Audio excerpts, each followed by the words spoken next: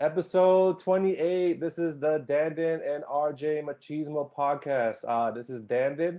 My co-host RJ is currently on vacation with his family, so he said was up to everybody. And thanks for everybody for your support. Tonight we got a very special guest. He is considered, in my opinion, one of the OGs of the Nike Talk days, and we will definitely talk more about it. We got Mark Genato, aka AirmagKnows. How you doing What's tonight, up? What's sir? up? I'm doing wonderful, man. Thanks for having me. Hey man, it's an honor to have you. I finally got you on after like seeing you at different platforms of podcasts. And me and my homie RJ, like, what, we need to get this guy, man. Like, I know first and foremost, we want to say congratulations on your baby girl and Thank you. Thank also you. your engagement. More blessings to you and your family. Yes. So Thank you. Thank you. definitely, man. Hey, just like I said, my word of advice: enjoy them while they're that size, because that's it. Yeah. For sure. Sure. All right, bro. So you're going to start it off with an icebreaker. So tell us more about yourself. Oh man, I'm Air Mag. Air Mag. The name has nothing to do with the shoe. Ironically enough, Air, of course, is inspired by Nike, and Mag are simply just my initials. So it just coincidentally became Air Mag. So I've been Air Mag for over 20 years.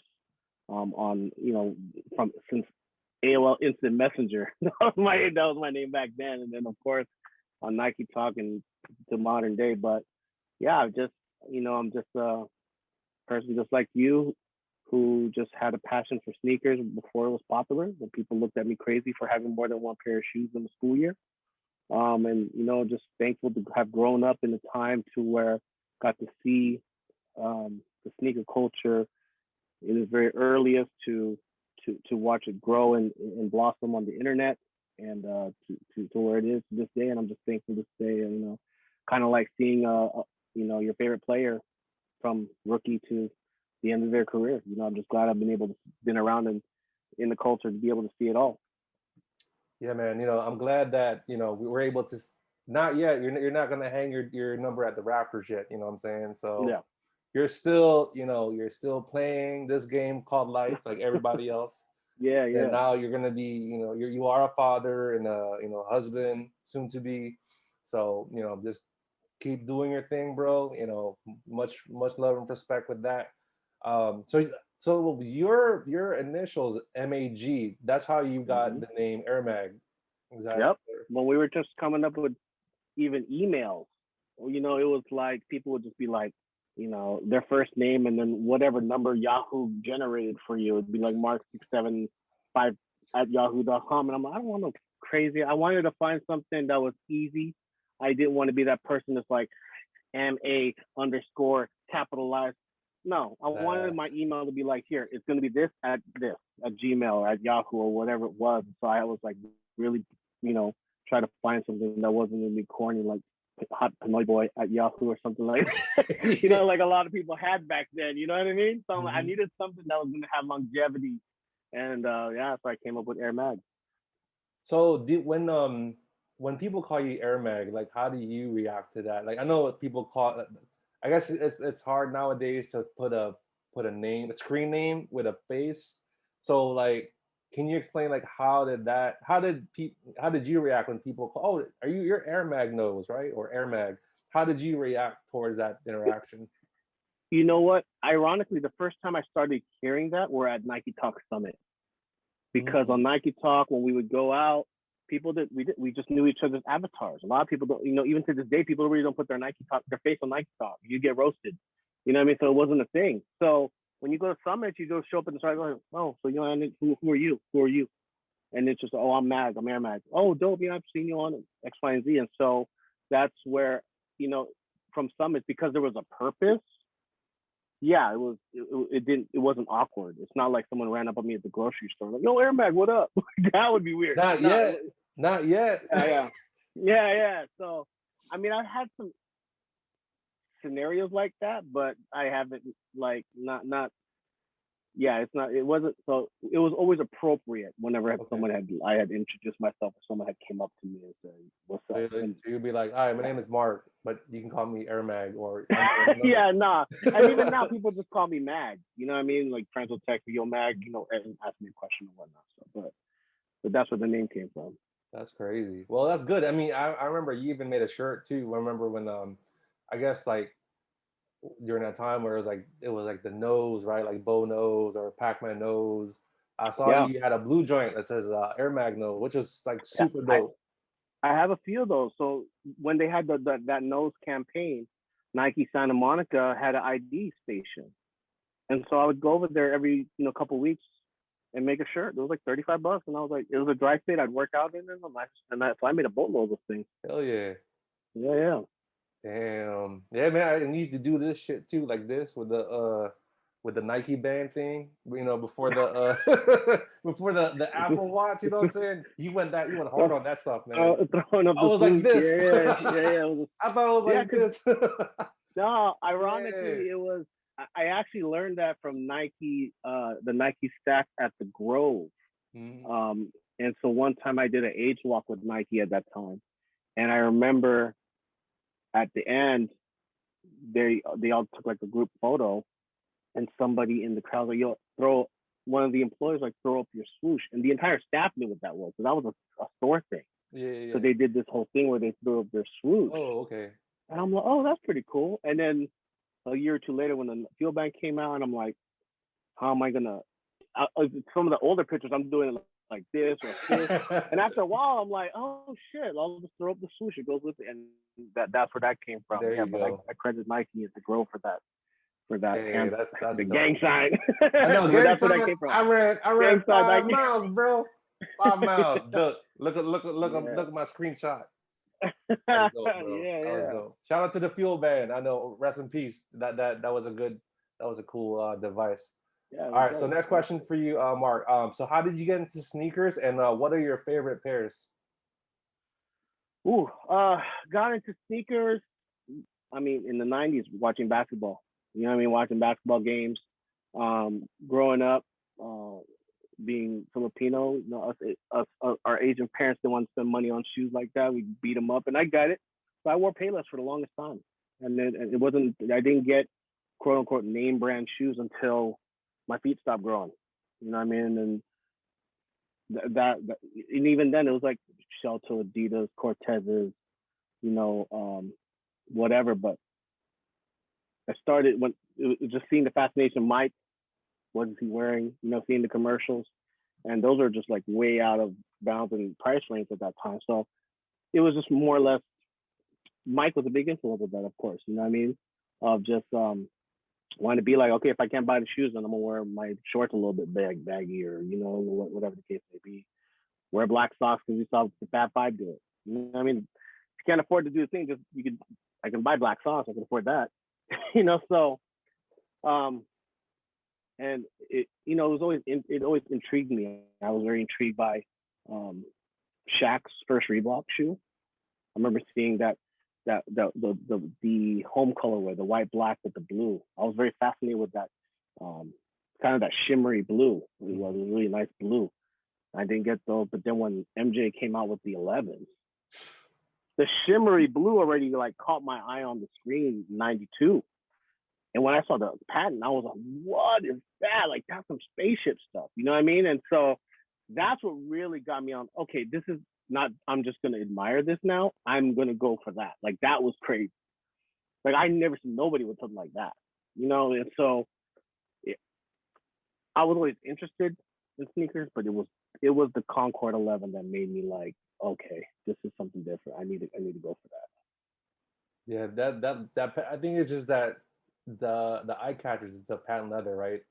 Because Yeah, we've never never seen seen a shoe with patent leather all around it, and it was like ballistic it. Mm-mm. nylon, and then the bottoms are like icy sole. Like we've seen that on the what? No, We've seen it on the four. yeah, We we, see it we on the didn't see it. no. We see it on the fives. We see it on the six, and then we didn't see it Mm-hmm. after for like what, five models. Well, four Yeah. models, which is crazy.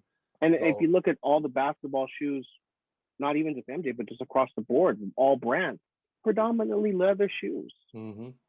Predominantly leather shoes, and again, like I could be wrong, and I probably have to dig into it. But for me, that's what caught my eye with the Reebok pump, the Shaquille one. That shimmery blue on the back, I didn't know it. It was almost like iridescent or something, but it was something to where it was like, yo, this is not just typical leather. Somebody's thinking outside the box, and so that's why I really started getting intrigued. That patent leather, it was loved and hated at the same time. But I was just like, that is crazy. That's crazy. That was so crazy. So Mark, you used to work at a shoe store, a sneaker store, right? Foot Action. A couple. I did Foot Action. That was my first sneaker store, and then I worked at Champs. And I actually was part of the original staff that opened the Nike outlet in Ontario Mills. What? Yeah, I was part of that first staff. I remember when they were building it and they're like, now hiring it. I'm like, I got that first jump. And I left Champs to go there. That's dope. Yeah. So what was like for you? Like I'm sure, the perks of you finally like purchasing with your own money with, like the shoes that you want, regardless if it's Jordans or Nikes or Reeboks. So what was that luxury like? I'm sure you got employee discounts. So what was that luxury like? Working at Foot Action, Nike, Nike Town. What was those perks like buying your own shoes? It was awesome. Going back to that Concord 11 in '95, I didn't get it. I didn't get them. I was 14. I did not get them. My parents were like, nah. For an ugly shoe like that, like, no. You're not ballerina. They thought it was ballerina shoes. Like, you ain't getting them. So I still didn't get them. I never got the Concord until they released in 2000. And at that time, I was actually working at Foot Action, and I got that was my first time I ever got them, and I was like, it was the greatest. They were $124.99, not this crazy $225 we have now. I got 30% off. It was $85. Damn. I bought a couple pairs. I didn't have to wait in line, and I beat them, and I got a couple pairs now. It took 5 years. It took 5 years for me to get them because you didn't have GOAT, you didn't have StockX. eBay came in '99. You know what I mean? So I waited 5 years to get those damn shoes. Bro, it's funny. I actually that was my first like Jordans that I bought for myself was Concord 11s in October 2000. I remember too. I was a freshman in college, so I just finished my exam, and then I went to. It's funny. I got it at Foot Action too. Like it was like the last pair in my size on a Wednesday, right? So like this is when like they were releasing Jordans on a weekday. And that was unheard of. Now, like it's a Saturday drop nowadays. So yeah, because they had to, because kids are ditching school. Shout out to my mom. She would go for me because she's like, I'm not gonna let you ditch school. What's the shoe? Like, I remember in '98, I had the black and white 13s on. My first Jordans ended up being the 12s the following year. I was gonna save up my lunch money. That's how I got those. But so the 13s came out. I remember my mom held me down so dope. I had the black and white 13s on. She went and picked up the white and red joint and took me out of class. And I came back to class with the white and red joints on, dude. Oh my. Killing them. People were like, how do you have these already, dude? We haven't even got out of school yet. But yeah, mom looked out for me on that. Wow. You had it was a real passion. Bro, you had the nerve to go back to school with a new pair on, and then yeah. then, your homies would be like they're not paying attention in class, obviously. They're looking at your feet. A lot of people didn't know back then. It was like you had, it's not trying to be a show off. It's just that you've had that, how do I say it? You had that that aura, right? That vibe, like I'm wearing like a pair that, it's attainable, if you save up your money. They're not limited. Everybody can get them.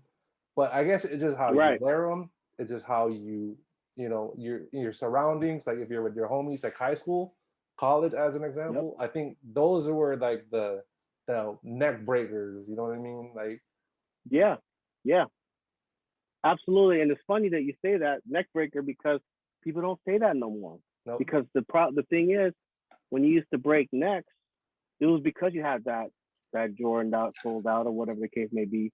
Because again, there was no resale market. Nope. And if you had it, you had it. If you don't, you don't. You just have to wait till the next color came out.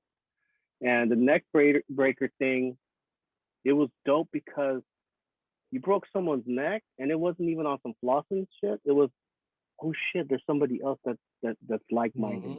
You almost met people because of that. Yep.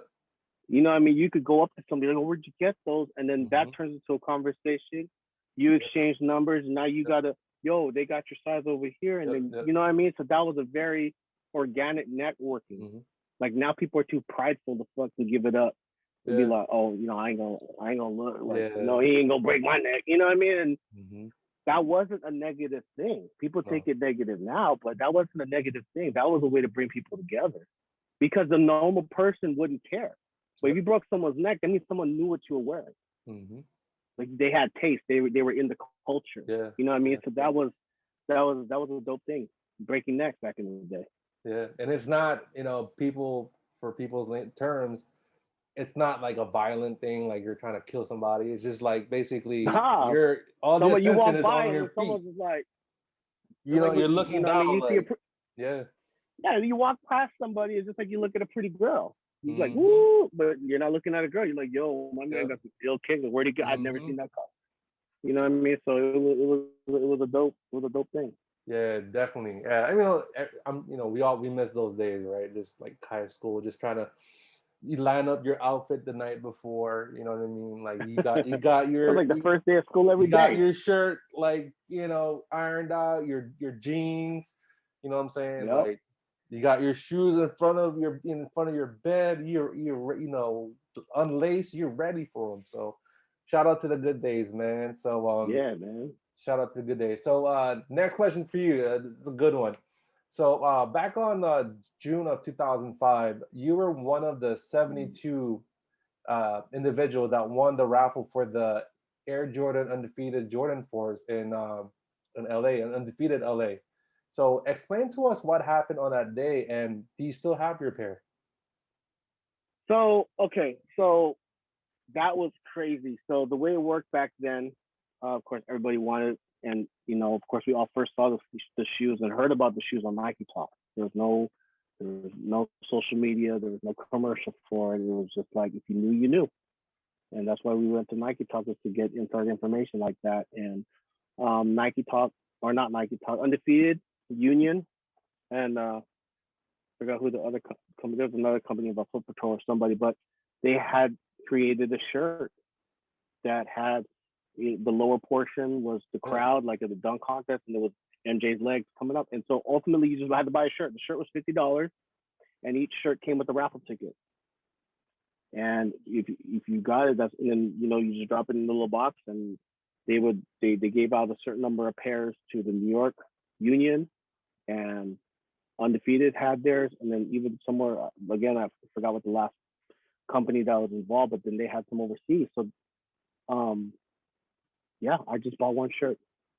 I bought one shirt and that shirt hit. I couldn't believe it because they posted it on Undefeated. They posted it on Undefeated and they posted the winners and then they had one size run on Undefeated site to bid on. And I'm Wow. seeing these things go for over $1,000, just depending on the size. One pair in each size. And I looked at the numbers and I pulled it and I was like, I had my shirt and I had the tag and I'm like, yo, that, and I actually posted on Nike Talk the winning tag and the receipt. And it was crazy. So I was super excited. And at the same time, I tripped out because it was like, wait, there's 72 pairs. I needed 10. So if they broke this up by so many places, 3 places, how many tens are there? So I even went to go line up at Undefeated Santa Monica to pick them up because I was hoping whoever else would have won did my size. So I was the first one there to make sure I got my pair, my size. And um, yeah, I got them and rocked the hell out of them. I wore them to Summit. Um, the illest, the dope, my favorite memory in those shoes. Nike had uh, uh, uh, kind of like a closed basketball league, a private league that they had in a secret gym in Hollywood, where they got the staff members of Undefeated, all the boutique shops. They put all the teams. They each had made out of their employees with Flight Club and everybody else, proper whoever. They had a basketball tournament. We would just play each other. And I was repping for Gray One at the time, out in Pasadena, and so I was on the Gray One team. And when I saw the calendar that we're playing against Undefeated, I wore those Undefeated fours in the game. I wore them and I played against, and I was guarding against Eddie Cruz, the owner of Undefeated. And he was playing, and he was like, "Yo, that's so dope." He was like, "That's love. Thank you for rocking." And I hooped them. I hooped them and enjoyed. But yeah, those are fun pair of shoes. Fun pair of shoes. So the question is the $1 million question: do you still have them? I do not. I do not. So I rocked them. I had them for a few years. I do not have them no more. No. Things happen. Life happens, and at one point, my collection, that the portion of it's behind me now. During that time, this is like 06, 07, 08. I was at my worst, I would say, in the whole sneaker thing, and I had probably close to 1,000 pairs. And life happens, and I got laid off from my job, and I sold a lot of my sneakers to pay the bills. And now that shoe was one of my last ones. Don't get me wrong, but I ended up moving those for a few grand, about $5,000. I got rid of those, and they found a happy home. So I mean, and I got plenty of wear out of them. You know what I mean? So no regrets. No regrets. Yeah, I mean, like I said, like for you to own a piece of history and to be part of history, and also playing basketball in them, to this day, like it's like unheard of, right? It's like you're balling in like literally like Air Mags from Back to the Future. Like that's something that Mm-hmm. people would not even like cross their mind to do. Maybe like PJ Tucker, like someone like him because he got the Right, money, right, right, don't right. care. But for you to just like put thought into it, like when you were in the a private basketball league and you were playing Undefeated, you already knew like I'm gonna strap up in the Undefeated fours. I'm gonna guard the owner of Undefeated, and he gave me props. You know what I Yeah, mean? So and like, that's what that's I think what is lost today is wear your shoes. It's not for the gram. It's not for the lights. Like, yeah, I don't have those shoes anymore, and I can't run on the gram with them. Cool, whatever. But I have these great stories. It's about what you did in the shoes. You know what I mean? So I have great experiences with all my shoes. I didn't beat them. I'm like, what's the point of having a Lamborghini if it's just in the garage? yep, Just make sure you wash your car, take care of it, but don't just keep it in the garage. yeah, So I mean, yeah, I enjoyed. I have very, very like 0.01% pair of my shoes that are dead stock. You know what I mean? But because I'm like, they're meant to be enjoyed.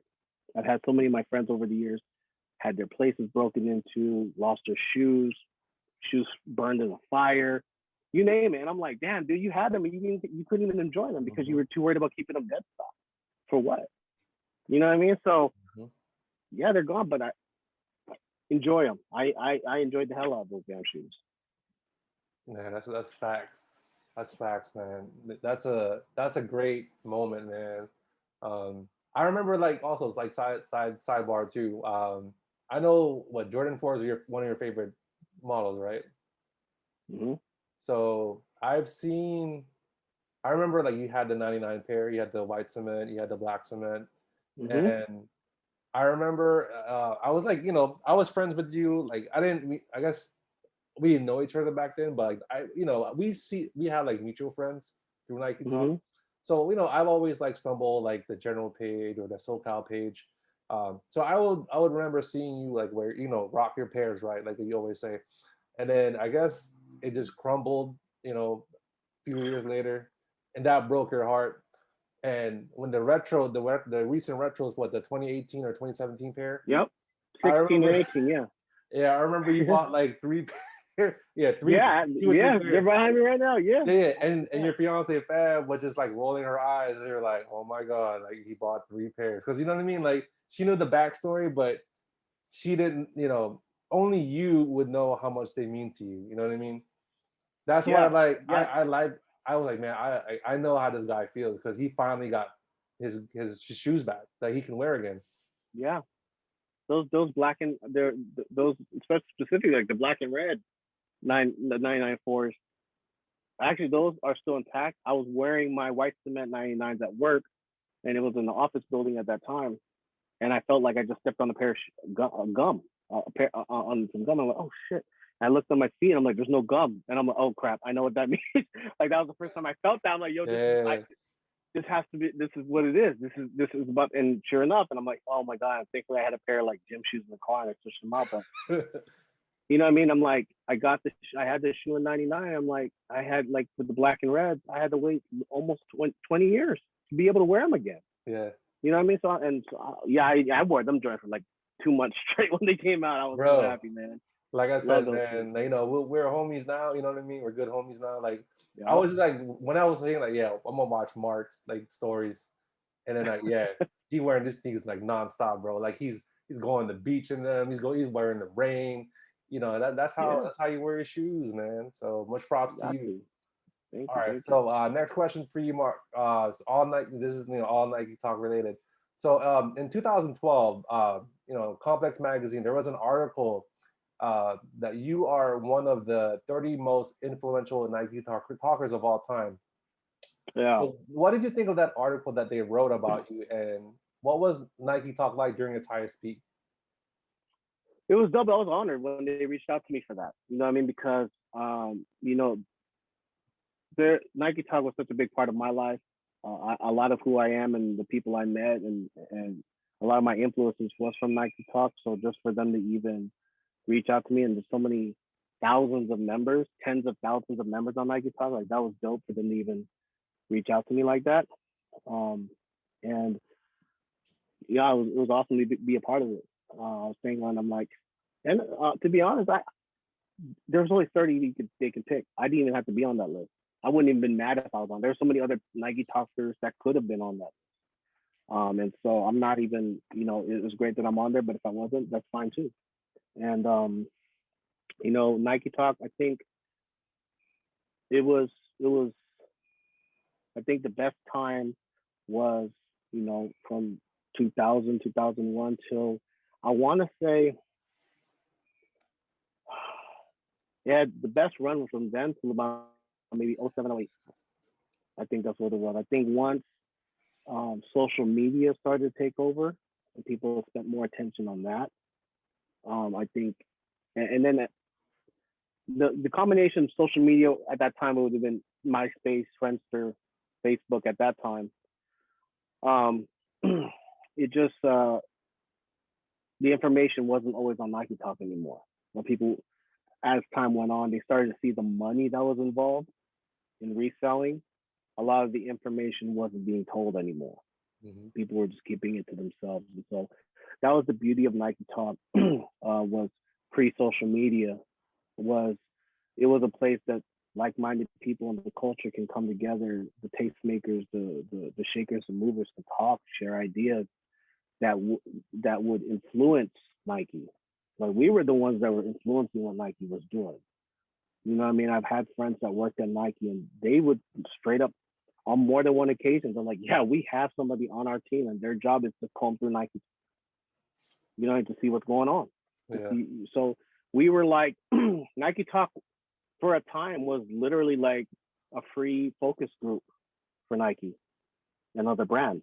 You know what I mean? A lot of people would go there to see what's going on and see what people are feeling and whatnot. And we would share a lot of information. And there's still some bits and pieces. Like there's some stuff that old threads from back then that are still active now, like what players are wearing, specific shoe shots that you're not going to see on the front page of ESPN or something like that. So you see these obscure photography from the NBA photographer. I don't know where they grabbed the photos from, but they have shots of PJ Tuckers or who. It doesn't even have to be somebody like him. It could be the sixth guy on the bench, and they have, if he's wearing something crazy, like it's going to pop up on Nike Talk. And that was the beauty of Nike Talk. You would go to Nike Talk looking for these things that you wouldn't necessarily find on the mainstream. And so that's what was beautiful about it. Finding out information, sharing information, um, and just being with people that you just felt were like you. When the rest of the world would look at you like you're crazy. Yeah. When your normal community in your neighborhood and your classmates and like, yo, dog, that's the fourth pair of shoes you wore this week. Like, how many shoes do you have? When people would look at you crazy and be like, yo, we get the Imelda Marcos jokes. And, you know, like, you got more shoes than a girl. Like, it was not cool for for the mainstream, for people, for men to have more than one or two pairs of shoes. And so Nike Talk was a place that you can go to and not feel like a weirdo. Like, oh, there's more of y'all like me. You know what I mean? All over the world. You know what I mean? So um, we were all talking to each other and meeting up in person and sharing our passion in a time where it was taboo to meet somebody from the internet. They're going to kidnap you and rape you and leave you on the side of the road. You know what I mean? So we were doing this when people, it was unheard of. It was like you would be a creeper behind the rest of the world are all, oh, don't meet people from the internet. Those people out there, they're scary. They're going to, no. We were doing that before it was cool. People do it all the time now, but people, oh, I'm going to meet this YouTuber. No, we were doing that 20 years ago. Yeah. And being an old head, being like an old head like us, we just point like, ha, we did that before. We did that. You made fun of us for that. You called us nerds for being on the computer. And now you're on your phone all day long. We're like Grandpa Simpson, like, I did that before you did, son. Yeah. You know what I mean? Don't act like it's cool now. It's definitely, it's cool now, you know, all that social media stuff. That's the real dope. All right, so next question for you, Mark. So you are a member of Team 909, which is one of the first sneaker groups in Nike Talk. So what were the experiences like attending groups in Nike Talk, such as sneaker summits in, you know, SoCal, NorCal, and even in Vegas? That was dope. Team 909 was formed because I lived out in the 909, still do, and that is, for those who don't know, in the inland, in Southern California, the Inland Empire, which, you know, is a little bit known now because a lot of athletes come out of here these days. But it's about an hour east of Los Angeles. So a lot of times, for the longest time, 20 years ago, it was a forgotten place. You know, nobody knew nothing about that place. So, like when Nike Talk, I got with some Nike Talk people who lived out here, and we would go together on LA runs. Like, yo, I'm going to go to Undefeated. I'm going to go to Supreme. I'm going to do, like, you want to go? And it became a carpool thing. So we would all just run out, spend the whole day out in LA, hit all the sneaker shops, hit Sporty LA, hit all the stuff. Just, again, sharing the passion, finding those like-minded people, even if they weren't, you know, from your area. And as at this time, reselling was big. People were making money, SBs were popping. You know, I saw on Nike talking just in general, a lot of people just like, you get a pair of shoes for $100 and you're selling it to your man for $7. And I'm like, damn, that's your man's. You know what I mean? Yeah. So T909, when there's a handful of us, you know, we have a couple outlets where we're at, where there's about 3 of them around here. And anytime we came across something, we all knew each other's sizes. And if we found something that was dope in somebody else's, we'd pick it up for them and give it to them at retail. So that was the whole thing. It was about, okay, yeah, there's money involved, but there's money to be made, but let's look out for each other. And that's where Team 909 came, that the philosophy. Then my sis, Aya Esco from Vegas, she'd look out for me in Vegas. Some pop up there, or she'd pick it up for me or whatever. And then I had cats up north in the Bay do that too. So it became this whole thing of, okay, everybody's ripping each other off and people aren't talking to each other anymore because of, you know, they're raping them on shoes for price. So we try to keep this like positive, like, yo, let's keep it basic to the culture. You know what I mean? Don't overcharge your friends. And that's where we got a lot of admiration from the community on Nike Talk because of that. Because, oh, damn, dude, they got a point. You know what I mean? Like, the money comes and goes, but who's really going to look out for you, etc. And so it was dope. We got a lot of love whenever we went to summits, whenever we before when Soul Collector used to do these little competitions, you know, across the country, you know, partnered up with Nike Town. That was fun, and everywhere we went, we got a lot of love. And once we showed up in the Soul Collector magazine in 2004, It was crazy. We got mad emails. We had a Team 909 at Gmail account, and we got love from all over the world. We got emails like, oh, we started out in the valley. Oh, we made a team 818. Dope. You know what I mean? So it was dope that we had like a positive um message in a shark infested market. You know what I mean? And just it was dope. We got we got hit, from London, Singapore, Japan, and then it was dope. So like, what was those summits like as far as like, nowadays it's like a, you have sneaker pimps or you have like dunk exchange where it's like buy, sell, and trade. So, Hmm. being the first originators of a sneaker summit, I guess the last thing what people would think about is just like trading because it's all about showing what you got, Nah, you know. nope. Yeah, you did not come with multiple pairs unless you brought something that you're going to show. We would do. I remember we had a dope summit in San Diego. There was a Nike Talk Summit in San Diego, UCSD. Somebody had access to the gym or the park or something. And we literally created an LA versus SD basketball game. We'd sign up on Nike Talk. Yo, you gonna play for LA? You gonna play SD? And we played ball. We played pickup Mhm. hoops. Yep. You know what I mean? And so it was, yeah, we had a couple, we had sneakers. I had got the navy. I had the obsidian white and the taxi lows about 6 months before they came out. Gentry Wow. Humphrey sent them to me, and I brought those. So I'm like, here, guys, check them out. See them in person. These are coming out. But I didn't bring them to sell them.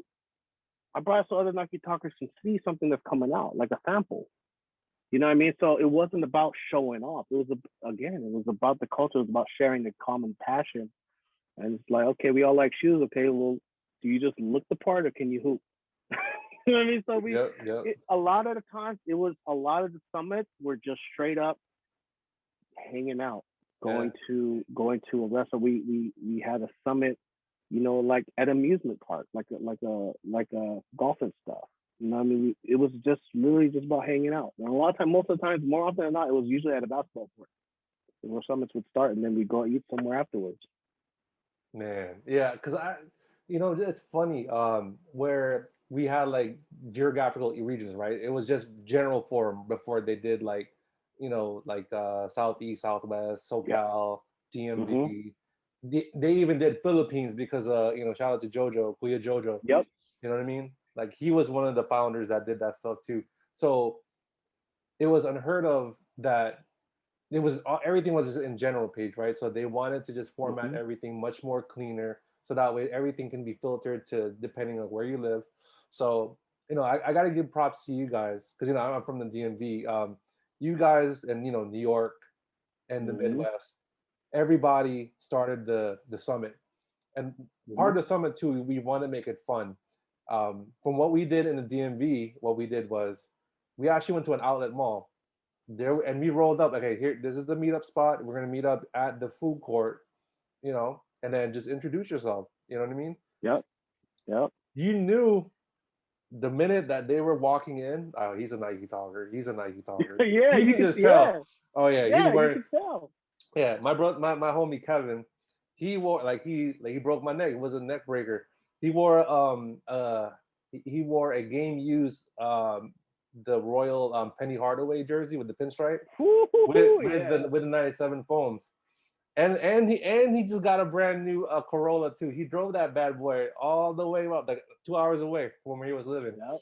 And I'm Yep. like, bro, like that was the first time I saw like a real like authentic game worn jersey, and it was Yep. like signed in the back. I was like, bro, like that's a real Crazy. Penny Hardaway. I was like dumbfounded that Penny Hardaway really wear that jersey. Like, yeah, And then like it's funny, we walked around like the mall, and like people were like looking at us weird. You know what I mean?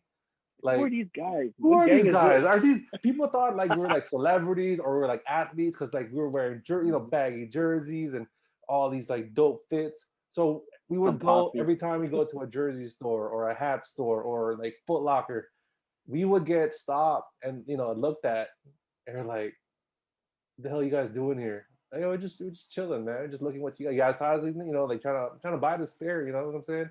Yeah, yeah, So it is dope back then, man. And then yeah. the basketball memories too. Those were cool because they were competitive. Because like the running joke was like, all right, you wearing J's, but can you play in them? Can you play Mm-hmm. in these J's? You know what I'm saying? So yeah, they were competitive.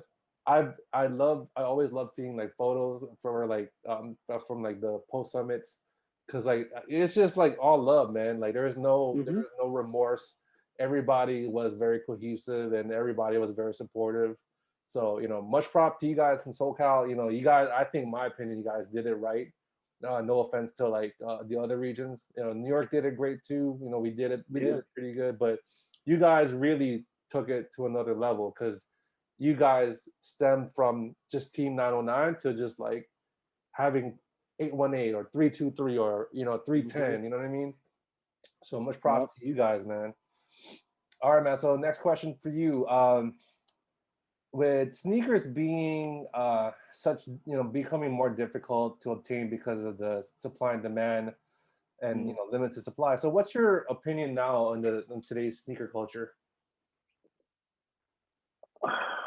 It's I'm just glad that I grew up in the sneaker culture during the time that I did. I think it would suck if you just got into sneakers today because it's like it's just mad else. It's just mad else. You know what I mean? And so on one hand, it's like it's a lot of money saved. Thankfully, I got all the things I've always wanted for the most part. There isn't any, I'm not chasing anything anymore. You know what I mean? So if I missed out on a release, okay, big deal, whatever. And it's I think it's crazy oversaturated now. Like before, like going back to like the Undefeated Four, that was the first collab with Jordan Brand and a boutique shop, which was unheard of at the time. And I'm like, we talked about that on Nike Talk for months, not a week, and then it was all of a sudden on your sneakers app on Tuesday. You know what I mean? Like we talked about that for a long time. When the Union 180 came out, we talked about that for a long time. It wasn't. It's a topic of conversation. It's coming out next week. We knew months ahead of time when something was coming out because they were so few and far between. The cool stuff or the limited stuff or the collabs. There were so, now it's almost like every other day there's something coming out. And um, on the bright side, I guess, if you're a new person in the sneaker game right now and you just, just like me, I genuinely just saw a pair of shoes. I'm like, I want them. I saw MJ wearing them. I want them. And so if you're just into that, cool. But it's like if you miss out on that shoe, they're gonna waste something else shiny for you in like 2 days on the sneakers app. You know what I mean, or whatever, or on whatever insert favorite blog Instagram page. They're gonna show you something that's gonna come out. So I guess the chase is no longer there for me because, or even if you're a new sneakerhead right now, because if you missed out, the only thing you missed out on was the shoe at retail. That's the only thing you missed out on. You can get the shoe. You're just going to pay 5 times the amount. It just really depends on how bad you want the shoe. So it's not like it's not available. You just Yeah. missed out on retail. Yep. That's different from missing out the shoe at retail and even wanting to pay more for it, but you can't even find it.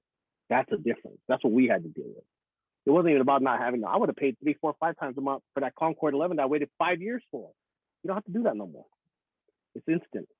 Yeah. You know what I mean? So if you're into it, cool. I'm just glad I don't. I'm not. It'd be a lot more discouraging um present day if I was a brand new person into the sneaker culture. And I would love to just honestly talk to somebody who's 15, 16 years old and be like, okay, so why are you in this? Like, what's the motive for it, right? Because for us, my motive was I wanted to wear something that nobody else had, or not that every other person had. And I'm like, so why do you want it? You know what I mean? Because if I walk down Fairfax right now, everybody has different shit on, but they look all the same. They're wearing the same outfit that they saw on Instagram. You know what I mean? Yep. Off white this or whatever that. You know what I mean? And it's like, okay, do you really care about that, or are you just doing that because you're gonna get the likes, or this YouTuber said it, or this influencer. Like, why do you? I liked it because the greatest basketball player at the time was wearing them, and I wanted to be like Mike. That's why I liked it. That's my reason. So that'll be my curiosity for the modern day person who's a quote unquote sneakerhead. Like, why are you into this? What does it do for you? Or are you just just trying to chase attention? You know what I mean? I don't know. I don't get it. Yeah, that's oh. I mean, I've always asked, like sneaker collectors like you, like how the culture is, and everybody's on board. Like everybody hates it, but Mm-hmm. this is the world that we live today. We have to face. This is the new normal. Everybody has a bot. Everybody wants to resell. The game is and then loyalty too. Your loyalty is also tested to see, hey, you got me, kind of thing. Where Mm-hmm. back then I got you no matter what, bro. Like even if it's not my size, I got you. Do what you Mm-hmm. want to do with this pair, but I can like help you. So it's good that we still have like those type of friends. Like I have homies too that look out for me. I'll tell them, hey, like if you're at the outlet, can you find a shoe? No problem. Nowadays it's like, all right, there's a fee for me. Like there's like a interest. Yeah, that's There's an sad. interest I plus interest. You know what I mean? And as I'm like, I'm glad I don't have that problem because I have kept those relationships from back in the day to where, like yourself, we can do that. But that's what I'm like, that would be my question for today's people getting into it right now. Like that 20-year-old that's trying to get into it right now. You know what I mean? Yeah, same thing for me because it's like, thankfully a lot of my friends are connected in some way. I mean, I have unnamed stores, boutiques that have my credit card on file, and all I have to do is shoot a text if I really wanted something. You Yeah. know what I mean? And it's like, but I'm not. But that was built on those relationships of Yeah. going to them in person.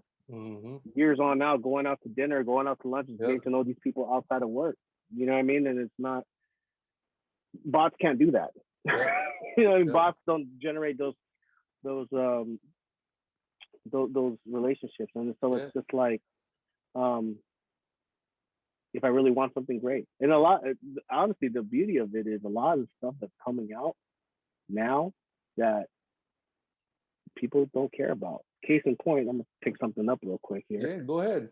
Case in point, something that I've waited so many years for because I couldn't attain it, or it cost too much at the time, and I wasn't making money like that back then. Where these? Woo! You know how easy these were 3M to get. snakes. Yep. You know how easy these were to get because this is something from our era. Yep. This is not something a lot of kids right now. When this was sitting on the shelves for like 2-3 weeks. Matter of fact, I got this pair from Niketalk.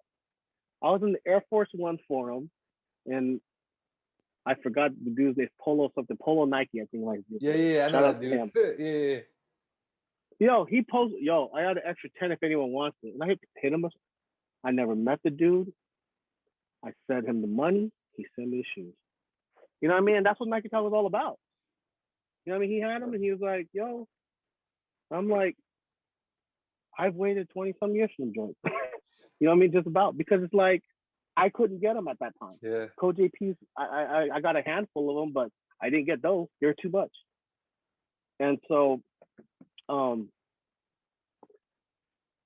I'm glad that the stuff that I want, no one cares about. Like, Yeah. cool with me, cool with me.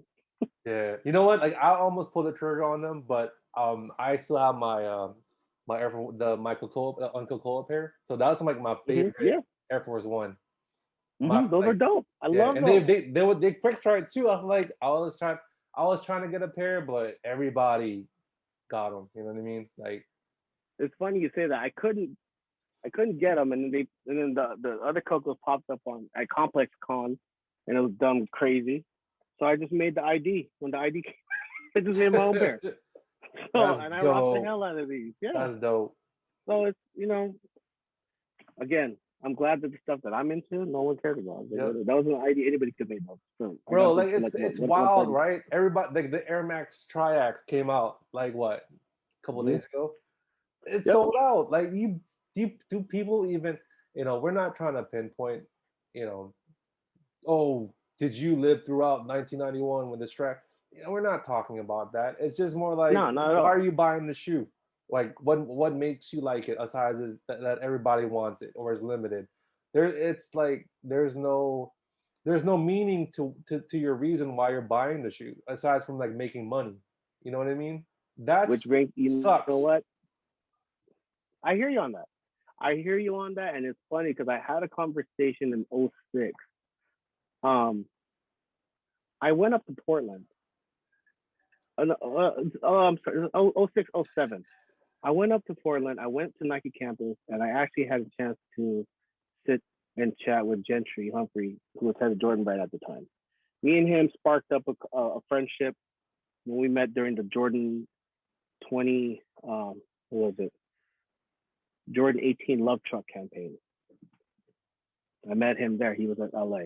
We chopped it up, and I gave him critiques. I said a lot of stuff to him in person to his face that he appreciated, because like most people just tell me what I want to hear, trying to get some free shoes. I appreciate you for like telling me extra. I was getting on him about the Jordan 6 boot that they like, yo, those are trash. What Oh you my doing? What are you gonna god. think? Yeah, so I would tell him Hmm. stuff like that. You know what I mean? And so we kept in touch via email. I happened to be in Portland. A friend of mine was working at SB, and so I went over and he allowed me in his office, and we chopped it up for a bit. But one of the things I talked to him about was like, I was like, yo, man, why you guys coming out with this whack like LS colorways? Hmm. You know, some of the lifestyle colorways, blue and orange, or some wild, like, you know what I mean? Bring back the standard player stuff MJ wore, etc. And, I don't know if you remember this, but probably do. Remember when some of these these colors, like was that black and green 13? What would people call that? There was a nickname for Altitudes. that. Altitudes. Altitude. I Oh my remember when god. those would come out, or just just some random. You would have to buy a hoodie and the sweater to get the shoe. Like stores made you jump through Yeah. hoops for those shoes back in That the was, day. those were the 12s, remember? Like the hoodie Yeah, and the yeah, yeah. yeah. So anyway, so it was like, I asked him, what's the deal with that? Like, because I was like, as a purist, as a fan, I was like, why are you putting out this black stuff? And I had Jordan Brands, or I thought I had Jordan Brands, best interest at heart. And he broke it down. He was just like, yo, on the real, like, I hear you, I feel you, but we have shareholders. And shareholders want us to hit these numbers every quarter. Hmm. And if we did X, Y, and Z last quarter, then we got to beat it this quarter. It was the same thing like it was in the store, when at the Yep. storefront. When you work at a sneaker store, you'd be like, all right, our day to day is like 3,500, because that's what we made last year. We got to make up 3,500 in sales this day total at the store, or go above it. That was the game. And so at the same time, once he kind of broke down the business aspect of that, I'm like, we are the culture, the Yeah. people like me, and like we are very, very small percentage of the population. At the end of the day, it's business. Hmm. And so I get it. And in regards to those shoes selling out and everything else selling out, bro, I call bullshit on a lot of those sellouts. You know what I mean? Because I'm like, and that's why we keep seeing these restocks every, on your Twitter Oh feed yeah. from time to time. Because I'm like, no, y'all didn't sell out. You just say you sell out to say, oh shit, maybe I should have bought them if somebody was on the fence about it. Hmm. You know what I mean? So I think that I highly doubt these shoes are selling out the way they say they are, especially with all the quote unquote restocks that are coming out. No, they're just leaking them a little at a little, because it's human nature. If it's just readily available, they're not going to move Yeah. unless it's super dope. Unless they're super, because I see some of these GR Jordans coming out and they're selling out on sneakers. I'm like, no, they It's didn't. wild. Who It's bought that? wild, right? Who bought that? Get the You fuck know? out of here. No. But if it was readily available, like a black and white Chuck, it'd be sitting on the Yeah. shelf. So, I mean, I think a lot of that's just creating the hype. Yeah. I mean, more power to them. It's supply and demand because there's always going to be a higher demand versus the supply. And of Mm-hmm. course, COVID also played a part with the supply because Yep. they stopped manufacturing, and that's why a lot of people are tripping. Like, why are shoes like so hard? Of course, last year, a couple years ago, like when people were complaining, and Nike and Reebok or New Balance, they all like hurt us. They oversaturated everything, and now like you're complaining, oh, I didn't want this shoe. Like everybody has this shoe. Okay, then we're gonna make it limited again. Now it's like back to square one. So Mm-hmm. it's kind of like you can't really make up your mind, like That's why Yeah, they always have like their best interest at heart, not ours. yeah, and I had to take a step back and understand that. I'm like, we could bitch about it all day on Nike Talk, but at the end of the day, like, greed is a motherfucker. You know, these Yep, people, they need to make money. They need yep, to make money. So yep. I get it. And so at that point, and that was like 2007 when me and him had that conversation. And at that point, it was just like, all right, cool. I just changed my mind frame. I'm just like, all right, I'm gonna just go after what I want to go after. You know what I mean? Yep. Clearly, if the culture was at that time diminishing, and that's all great. Like the golden era was probably from 2000, 2008. You know what I mean? Things were going downhill at that time, and it was like, it, again, I'm just glad I lived through it Yep. when it was. Yeah. You know Yeah. what I Of mean? course, of course, and you definitely appreciate everything that you have and what you've owned before. So Yeah, yeah. you always bring that. All right, so we're gonna switch topics. So we've talked about a lot of sneakers. So we're gonna talk about Mm-hmm. sports. Yeah. So you are a diehard you are a diehard LA Clipper, Los Angeles Clippers fan. So Yep. first question for you, like, how did you become a fan of the Clippers, and what's your current expectations for this Clippers team this year? um, I became a fan. I've been a fan of the Clippers. Went to a lot of their games when I was younger. My dad, I mean, it's no secret, Clipper games are a lot cheaper than Laker games growing up, and even today. And so I would see Clipper games with my dad, and every once in a blue moon I go to a Lakers game. You know, I grew up liking both teams. Of course, the Lakers, I like them because they won. I enjoyed watching Magic. I'm thankful I was old enough to comprehend what was going on at that time, and my dad was a Laker fan, so yeah, I enjoyed the Lakers. Um, and what turned it for me as time went on, I would watch the Clippers. You know, they get beat up on and whatnot. But what really attracted me to the Clippers was the dog in them. They had a thing about like, yeah, they're gonna lose or they may lose, but they're gonna bust their ass the whole game and probably and still lose. You know what I mean? And I appreciate it. It's like the underdog. You know what I mean? It's not like they just laid down and lost. You know what I mean? So, and there was times where I would go to a Laker game or I would watch a Laker game, and because they're playing against the Timberwolves or the Hornets or somebody that's not even all that, they half-ass their play because they know they're going to win. And so for me as a fan, as a consumer, I'm like, why am I going to waste my time or why am I going to waste my money to watch a team who's not going to put it out on the floor? I became a Clippers fan because I would watch the Clippers, and even when they knew they were going to lose, they were going to bust their ass, and I admired that about them. That's what I liked about them, is I knew that I'm going to get. They may not get the W, but they're going to get the effort. I'm going to get the effort out of them every night, and I appreciate that. And Yeah, in regards to this season, man, I expected a chip last season. You know what I mean? I expected our first chip last season, and with the current moves, um, and the way things are going, I still expect a championship this season, which is not something I could say every year.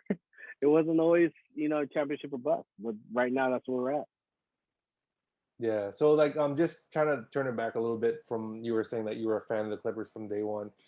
Part of our culture too, Mark, during that late, not early 2000s was this era.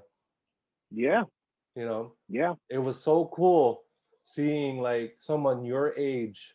They're probably like a little bit younger than us. Darius Miles, Quentin Richardson, yep, Keon Dooling, Elton Brand, so on and so forth. Those were the cool dudes, back yeah, then. And what's so, and Corey Maggette. And what's so cool about them is that they wore Jordans. You know, yeah, that's how we yeah. didn't know. I didn't know much about like them coming out of high school. I didn't know. I didn't Same, know. You same. know what I mean? I didn't know like Yeah. Darius Miles came straight out of high school. All I knew that he signed with Jordan Brand. I seen him wearing Jordan 16s with a shroud on, Concord Yup. 11s. You know what I'm All saying? black nines. Dunking You're like, on what? Kobe. I'm like, every time I see him, real fact, every time I see a Clipper like highlight during those years, I always pay attention like what were they wearing. It Oh was hell yeah, always Maggette wearing like absolutely. 16s, always Yup. Richardson wearing like Jordan 3s, Lamar Odom like wearing like Concord 11s. It was Yup. just wild back then, man. Like It so was wild. dope. They even It had, was not like that. remember that ESPN show, The Life? I was watching that shit with the Clippers, man. That because I was actually low key trying to, I was always trying to root hard for them because hey, like when you were that age, man, like you wanted the dope dudes that wore Jordans to get to the playoffs. It's Yeah, just that it because you didn't wanted to see happen what this kind of way, man. PEs they were gonna come out with or whatever. Bro, Yeah. I'm like, oh my god, like when every time you see Darius Miles wearing black and red 16s, when I saw them, like when I saw D Miles and Q Richardson and that Jordan 17 commercial, I was Yep. like, wow, like this is like so dope, Yeah. super dope. And like, Super dope. like I said, like now, not of anything with today's like comparison of this current team, like that was like the height of like, that sneaker culture, you know what I mean? Sneaker Hmm. culture, music, um, sports. They were like It was so elevated. blended together at that time. Exactly. So blended. So Exactly. blended. And everybody wanted their jersey. Everybody wanted a Nike swingman. You know how hard it was to find like me, like not living in California. It was hard as hell to find a Clippers jersey. You have to freaking buy that shit on fucking eBay, dude. Like, Yeah. yeah, it Yeah. was Because unheard of, yeah. man. No. No. Because it wasn't crazy. Jerseys were regional for the most part, unless you got them from the East Bay. Yep, yep. If you go to your local Pro Image or whatever, you're not going to get everything. You You're going to buy get what regional that shit. demographic thought. Yeah, what they thought they were going to make money on. Yep. You know, what I mean, they're not going to. Yeah, no, I hear you on that. I But hear you on I'm that. gonna tell you this: when you wore a Darius Miles jersey here in the DMV, you were the shit. And you wear that shit with like Jordans. Don't matter what Yup, Jordans you game got. over. You can No you can matter. even wear jump man pros with them shits. You were the man wearing a freaking D Miles jersey, and you wore Yeah, the freaking headband too, or a freaking pinwheel like this. pinwheel like You know that. what I'm Yes, saying? that was So the like thing. That was that the was like wave. them dope, that's some dope shit, man. Like that's why like Clippers always have a special place in my heart. That team, that 2000 team, Yeah, yeah, when they, man, I just wish that they, back then they were like, they were just in a tough situation. They didn't know what to do with that talent, man. Like that's why they like did. you guys always had like the bitter, you always had like the bad end. Like Chris Paul got hurt. You guys couldn't catch that break in the bubble. I mean, I Yeah. think hopefully, this time around, you guys got all the stars aligned. You just got to get Paul George like healthy again and Kawhi Mhm. being Kawhi again, and then everybody just got to start gelling because now everybody's like looking at Brooklyn and Lakers are hurt without their two best players and Mhm. all eyes are on them. So I think it's you guys that are taking the front I seat of like that the we're league right under the radar. We're not now. being talked about all the time. I'm Yeah, fine with that. We're yeah, used to that. That's fine with yeah, us. It will come out of nowhere. You know what I mean? So yeah. I'm good with that. I'm good with that. So hot takes like where do you see you guys like in the conference finals? We should have been there last year. Honestly, like even like when we lost, what was so disheartening about it is that we didn't even have to play out of our mind. We just needed to play our average Hmm. textbook game. Yeah, Like Kawhi didn't have to have 50. Paul George didn't need to drop 40. Like we just needed to play yeah. our regular game. Hmm. And so that to me was just simply a mental breakdown It was. on the team. And that's what was so disappointing about it because it was like Denver, all respect to them, they were not a better team than us. They just were mentally stronger than us at that time. So I think that creates a good chip on the shoulder of this team. Um, Not necessarily pressure, but more of like clearly you guys have what it takes. Yeah, You guys just got to just do it. Really, at this yeah. point, that's all it really is. And I'm not as crazy and cool as Brooklyn looks right now. I'm like, God, we're more than halfway into the season. You guys got to iron out all those egos and all your, you know what Yeah, I mean? Like you yeah, guys could. yeah, I'm more scared about them next season or the year after that. yeah, You know what I yeah, mean? But yeah, right now, I'm like, you guys don't know each other yet. So like, yeah, if we see y'all, we got y'all. yeah, I can't. I don't know if I'm going to say that next year or the year yeah. after that, but you know what I mean? There's a level of chemistry, there's stuff behind the scenes Hmm. that you got to iron out before you can win the championship. Yeah, it's the Miami Heat effect, right? Where year one they made it to the finals, but they didn't win it all because they didn't gel. They They wanted didn't the next gel, year. and they didn't. LeBron did.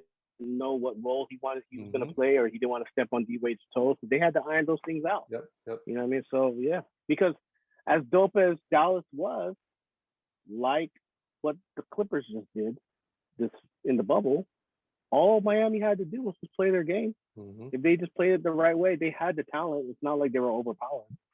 They had the talent, but they mentally just didn't stick to the game plan, or they didn't even have one. They had two different game plans depending on who had the ball. You know what I mean? So Yeah. they just got to be on the same page. Yeah. Like I said, it's still a long season. Got like about four weeks left till the playoffs. So we'll see how it goes. All right. So this is a good question that that I wanted to ask you, Mark. So LeBron James is one of your favorite NBA athletes, next to Michael Mm-hmm. Jordan. What Yep. makes him one of the best athletes in the world today?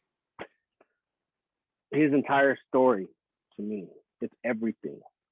Um, I first heard of LeBron working at Champs when I was just it was slow and I was going through the Slam magazine and I see a little article didn't even have his picture on it. It was the kid they call King, little corner bottom, and it was just a little bottom corner thing on this king called King James, 16-year-old kid. I'm like, how dare they call some kid king? Like what? Who? But I was like, all right. But Slam historically, shout out to Slam. They historically, if you go back to their back issues, they have been fantastic on seeing and who's going to be next. You know what I mean? So you talk about today's stars, yesterday's stars. They wrote about them years before. So that's why I always read Slam. They had a great eye for that. And so when I saw that they took the time to write out about LeBron James, or whoever the hell that was, I'm gonna remember that name. And then then the Sports Illustrated came out a couple months later, and I'm like, oh, now I know what he looks like. What's the intrigue? And so just to see a kid, I've never to this day ever seen a kid that had that much eye at such a young age and perform and not make it about him, takes care of his friend, took care of his teammate, took his friends are with him to this day. You know what I mean? And I'm like, no scandals, no arrests, no, no gambling things, none of nothing. You know what I mean? The worst thing that people can say is the decision. That's the best you guys got. You know what I mean? I'm like, you're really cherry picking when you're talking about sports athletes. If that's the worst thing that you could think of. So I've really just admired him for keeping his nose clean, being held, coming into the league with a target on his back, averaging 25-5 in his rookie season. And it's like, I'm here, and you guys came at me, and I still gave you 25-5. You know what I mean? So to see somebody like that meet and exceed expectations, and now towards the end of his career, and it wasn't even towards the end of his career. For the majority of his career, he's been in the conversation of the top 5, top 10 greatest players of all time. And I'm like, that's so dope. You know what I mean? And it's like, I've never to this day seen another player have to go through that. There've been other players that win championships and do great things. The great players are going to do those things. But from coming from a single mother, didn't have his dad around, all the obstacles, all the life obstacles that he overcomes, is what I admire. Creating the I Promise School, donating, bikes to the kids in Cleveland. Even when they're burning his jersey, he still gave back to his community. He put Akron on the map. You didn't know what the fuck Akron was. You know what I mean? Unless you lived out there, you don't know what Akron is. You know what Cleveland is. You know what I mean? You know Toledo, some other places in Ohio. You don't know who Akron is. You know what I mean? So to see him, not all the great accolades as a fantastic basketball player, but for him, more than an athlete, literally, the stuff he does off the court, speaking up for social injustice, all the stuff that he doesn't have to do that he does. That's to me what puts him as like one of the greatest of all time. Hey, yeah, definitely. In your words, Mark, those are great things that you talk about LeBron, especially Michael Jordan is in his own category, but like Mm-hmm. what you're saying, LeBron James just plateaued in his own level, his own universe, because he Mm-hmm. made he made himself better. He made, society. He tried to make society better. Like, like we were saying, like giving scholarships to kids, opening up a school, keeping his nose clean, not being in any scandals, not being a drug addict, being a family member, a loyal like husband, so on and so forth. Um, for me too, like I hate LeBron because he was with the Cavs and I was a Wizards fan, and like I said, what we were talking, he gave my respect when he went to Miami because he knew what it took to win. And when he just went like this, I got what I gotta say. It speaks for Yep. itself. You know what I mean? Like Hmm. that's when like I feel like, you know what, I can't hate this guy anymore because he got my respect already. Even though like he scored my team, that will always be a part of it. But he just elevated himself into a different level. So now I appreciated him now, with the Lakers, like being like that elder statesman for the team and trying to be that that guide for those new up and comers like Doncic and Lamelo Ball and Trey Young, especially like when just when an athlete retires, you don't know what you realize when he's gone. You're gonna appreciate like everything he did and the things that you hated him for doing this and that. So that's just the life cycle of like the NBA. You Yeah. appreciate what you have now, and then you just look forward towards the future. And that LeBron gave us good. What year? He's in year 18 now. That's good 18 years, man, and counting. Crazy. Like no other player's been doing it Mhm. for that long at that level. I mean, and although I'm a LeBron fan, in the words of your guy Wale, I hope he drops 50 unless he's playing us. Yep. That's the only time I There you rooted go. against LeBron whenever And he's playing against the Clippers. he spit Wale bars, man. Yeah, man. Shout out to Nike Talker Wale. You know Yes, what I mean? That's sir. how I found out about him on Nike Talk. I was There like, you let's go. go. That's Nike. I love I hip had to hop support him. 43. Yeah, so I supported Wale at that. But that's when with that bar when he said that in the song, I was like, that's Mhm. one of his bars that really stuck in my head. I'm like, yeah, I hope he drops 50 unless you're playing us. Like I root for him all the time, but the only time I root against him is when we're Yep. not. Matter of fact, glad you mentioned it. I got another random would be not to show exactly Let's go. how I feel about it. So here's a LeBron model I made a while back. Never before seen, I would say. Um, LeBron 12 in Clipper colorway. Wow. Yep, with the Air Mag in there. That's dope. Yeah, so I mean, I love LeBron. If he was on the Clippers, he would have been rocking these. Man, I'm bro, that's that is unheard of. You know, Oh, being so I you a mean, LeBron fan and a Clipper fan and you put yeah, two and two together. put it together, man. My Yeah. fantasy player, if he was on my team, that's what he'd be wearing. So Shoot. That's dope though. Like I said, LeBron James, props to him. He's on a different yeah, atmosphere. So yeah, we're pretty much almost done here.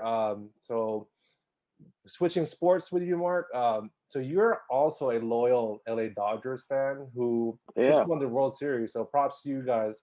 Whew, man. For the first time in 1988. So what are your Hmm. expectations this year? And do you think they can go back to back? I think we can with especially with the pitching pickup we got this year. Yeah, I think we can. We have a shot to go back to back. If we don't, I'm still happy the fact that we got one. I would just love to be able to, even if it's not this year, go back. It'd be great to do so, but I would love to be able to be at Dodger Stadium and with the fans there. Like it was, there's a sprinkle because of COVID. There was a sprinkle of people in that arena, but it was I would have loved to be amongst Dodger fans when that happened. You know what I mean? Like that would have been dope. That's something that I wish I want to be able to experience. It's dope that we had a championship, but it just sucks that we weren't around each other to be able to really celebrate that. Yeah, that's tough, right? I mean, that's the world that we live in today. Mm-hmm. We didn't get any sports. What when COVID started, like early last year, there was no sports. Like ESPN was like showing NBA classics of playoff games. Like there's so many things you can Man. do. And then when we got Last Dance, and then we got baseball, and then football, and then basketball again. It's kind of trickled down, and we kind of appreciate it more, even more, that sports really entertain us, even though like it's a part of our lives and it keep makes us happy. Um, and baseball is very big here in SoCal, especially like I see like Hmm. loyal Dodgers fans. So yeah, man, I'm just happy like sport and baseball is back, started today. So hopefully like we can all start attending. I know they're starting to having like low capacity. Yeah, slowly but surely, in due time. Yeah, In due time. yeah. So like I said, when the world is safe again, when everything's back to normal, not I'm not crossing fingers, but hopefully things can start picking up again, and we can all like just chop it up and just like not wearing masks. But until then, we just gotta continue to just like protect our family, protect ourselves, and doing our thing. So all right, Mark. Yeah. So I appreciate all of the questions that I asked you. So I'm gonna turn it to you. You can ask me a question. Um, what's your thoughts on your Wizards and your Nationals? Man, You got we got Russ, man. You got Russ. So where you at with it? damn. All right, so Where you at with we'll it? start with basketball. We'll start with basketball. So Wizards, I knew that this wasn't gonna be a lost season because Hmm. we don't have a good team, to be honest. Like I'm just being honest with you. I'm not a casual like Wizard. I'm not like a happy-go-lucky Wizards fan. I was actually Right. one of the people that wanted John Wall out. I wanted him out Oh, like okay. 3 years ago, 4 years ago, right before like he got his injury, because I Hmm. knew there is an expiration date with those type of players. Like Yeah, true, there's an true. expiration date. Like people are I remember when he got traded for Westbrook, people were so butthurt, and I don't care. That they're still butthurt to this day. I actually love Westbrook, man. Not because like he's just tenacious. He's just tenacious. I've been a fan of him since he was Yeah, in love him. UCLA Love playing with Russ. with Kevin Love back in '08. That dude's just relentless. Like he turns the ball over a lot, and that's a part of his game. But what you see is what you get with him. Like he doesn't sugarcoat shit. Like he just plays 110%.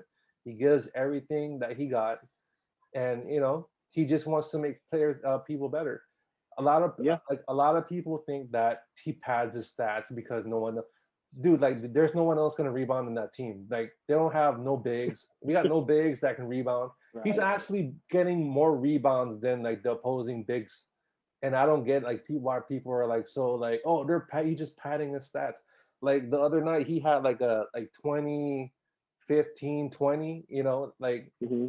it's unheard of. Like that's like really insane. Like you get those type of stats. Bradley Beal, like I honestly I wanted him to trade it too. I wanted to Hmm. just do a straight rebuild, and I had to take my words back after he said to the media that he wanted to stay for the long haul, but Hmm. time will tell. Like it's only a matter of time when he's gonna be like, you know what, I did everything that I wanted. But at the same time, I also respect what he's doing to the Wizards, because he's taking the Dame he's taking the Damian Lillard approach. No Lillard. matter Yeah. Yeah. how bad this team sucks, I'm just gonna be loyal. Even Dame Lillard said like a lot of people think I'm crazy because I'm sticking with him, but loyalty is all I got. Like unless they Yeah. do me dirty, you know what I mean? Yeah. So I got the utmost respect to Beal. Like I said, like this it's a lost season. I wish they honestly like if they traded John Wall, and I tell these to people, they would have got a Hmm. better like haul other than Westbrook. They would have got more picks, draft picks, first round picks, because that John Wall before he messed up his ACL, Hmm. he was like top three, like top five in the NBA when he had that duel with Isaiah Thomas in the playoffs. Like that was like the peak, and then he hurt himself, and now like those those injuries are just like those are chronic injuries, man. Like those will not go away. And True. he's that type of player where he relies on his athleticism. He's not a Chris Paul. You know what I mean? He's not a floor general. I hate to say it. Right. I'm just Yeah. telling you Yeah. the way it is. I'm not, like I said, I'm not a John Wall hater. I'm just telling you how I've seen him the past 10 years that he's been playing with the Wizards. Mhm. And I wish they would have traded him years Mm. ago rather than what they got for Westbrook. I love Westbrook, but how long will Westbrook stay here for? He's only here for another 2 years, and then that's it. True. Yeah. So Yeah. yeah, and then for nationals, like just like you, how I wish I was able to celebrate seeing them, when they won the World Series back in 2019. You Yep. know, much props to you guys. Yeah. You That gave it was, to bro. us. I have to tell you, you were, and I have to give you the utmost respect. You actually messaged me, hey, bro, much respect, Mhm. congratulations. I tip my hat to you, bro, because like they knew I'm a Nats fan. Everybody know on social media I'm a Yeah. Nats fan. So that was like, and everybody was they're so determined because everybody hated Houston that year because Yeah. they cheated you guys the year before. You guys should have won the World Series, and then we beat them fair and square, and you know that was just like unreal. Like for me, like just like you, I did if they went back to back last year, then I'll be happy. But I'm happy with just one. In my lifetime, I I'm was good. able Yeah. to see one championship in my lifetime. I can tell my son, you know, he may not Yeah. understand it now, but I told him, hey, like we were alive during that time when they won it all. Now, you can tell your daughter, you can tell your stepson and your wife, hey, I like was telling him the last time he won, the last time Dodgers won, I was his age. that's Like what that's that's how he knows how mm-hmm, long I waited. mm-hmm, I was 7 the last time they won. So I was like, exactly. yo, You just don't he know. knew it was Yeah, a you big just deal. tell them. You just give them a line. You just don't know how it feels. Like this means Yeah, everything to me. You it know, did. grown men cry, man. Like I shed tears when the Yep. Nats won. Mm-hmm. I've seen grown men cry too when the Dodgers won. It was just Yep. unreal, bro. Like sports. When you're invested to sports, it's just like you're emotionally invested because you feel like you're a part of the team. You know what I mean? Like I Yeah. get that running Absolutely. joke with my wife. Why don't you? Look, you sound like you play for the team every time like I talk about sports. That's all we know. That's what entertain us. So yeah, man. Yeah. Yeah, man. Like good luck to you guys, man. Like I said, like Yeah. Likewise. yeah, man. So it's gonna be a long season. Hopefully, it's gonna be a good season now that we have like teams, players, not players, but they have like fans People. in the stands again. So instead of the dumb cardboard like fans that they have, look so stupid. Yeah. All right, Yeah. Mark. So I appreciate everything that you shared today. Where can they find you on your on social media? AirmagKnows. AirmagKnows. Twitter, Instagram. I'm on there. Holla at me. That's where I'm at. For AirmagKnows. sure. You'll find me on Nike Talk. I still lurk. I'm still on there from Oh, time there to you time. go. Hey, don't follow that man on Instagram. He be writing like some supreme some quotes on a supreme like notepad, man. Dope Hey shit. man, just trying to Dope shit. share the knowledge. Share the knowledge for the youth. There you go. All right, so this is the Dandin and the RG Machismo podcast. We got the homie AirmagKnows. Thank you so much. All Thank right, you. guys. You have a Appreciate you. good night. All right. Later.